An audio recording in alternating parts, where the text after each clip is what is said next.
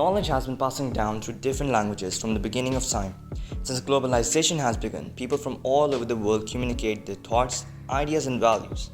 However, it was only possible due to few common languages.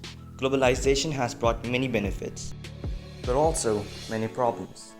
The most prominent one being language barriers. Language barriers are blockades between communication which are caused by the either one not knowing the other language. Language barriers are caused by many factors such as geography. For example, a person living in China would not understand a person from Europe speaking French. Different people, different languages.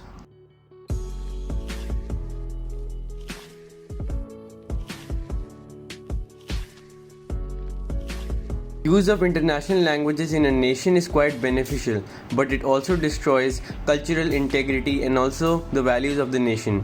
This causes disparity between the educated people and the uneducated people. Why are Western languages promoted in third world countries? English is the most spoken language in the world. According to the British Council, English is the language of opportunity. Third world countries are desperate for development, hence they try to adopt Western culture and their languages. But is the adoption of Western languages beneficial for third world countries? No. According to the survey we conducted, which is mainly aimed at students, it was evident that the locals support the promotion of national languages over Western languages. The promotion of these Western languages is hindering development in third world countries instead of benefiting. This view is supported by the same survey we conducted.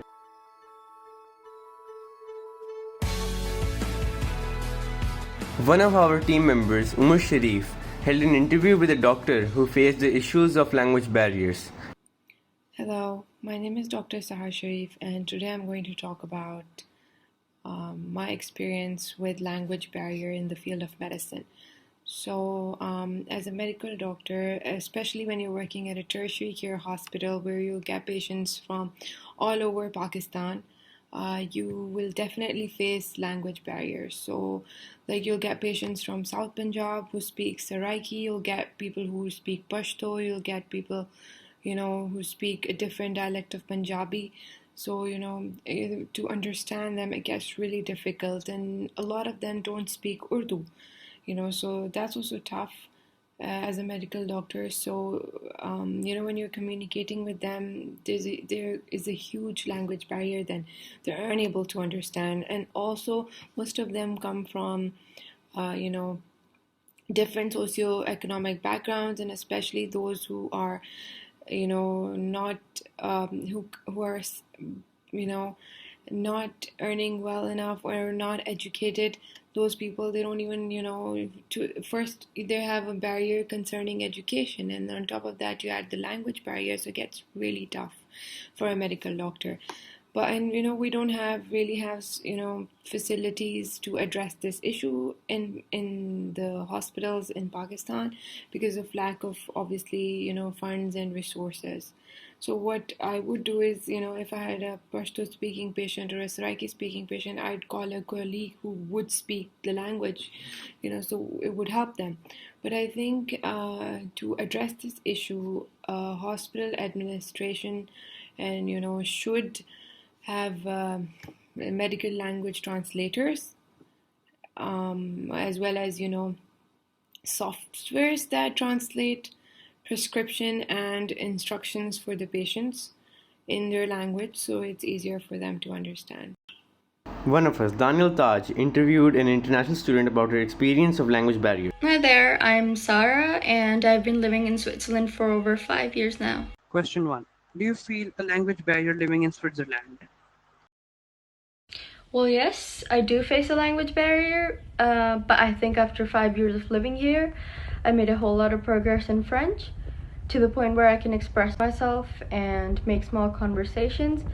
But Switzerland is a bit of an exception because it has 3 official languages, German, French, and Italian. So even the locals would face a language barrier from one canton to another. Second question, how much was your education affected due to the language barrier? Personally, I went to an international school here in Switzerland with its language of instruction being English. So, which is what I'm used to, so my education wasn't really affected much by the language barrier. Moving on, do you think popular foreign languages should be given importance in third world countries' education system? I think that knowing multiple languages it's a very impressive and useful skill. So yes, 100%. As long as we can avoid something like the obsession of English in Pakistan, where it's become a symbol of status.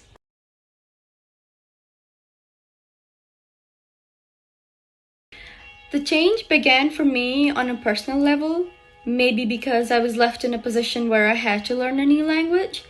However, I do think that even if the government was to put something in place for you to be able to learn a foreign language, if you weren't determined enough, you will struggle because it takes time and commitment. So you just have to keep in mind that this is a skill that can always come in handy.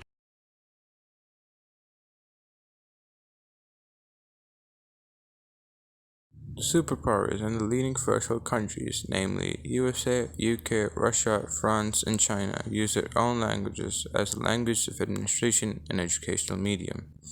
Basically, the language they use is theirs and theirs only, giving it a value. Meanwhile, third world countries such as Pakistan, Afghanistan, etc., use international languages. The abatement of the use of national languages causes language barriers.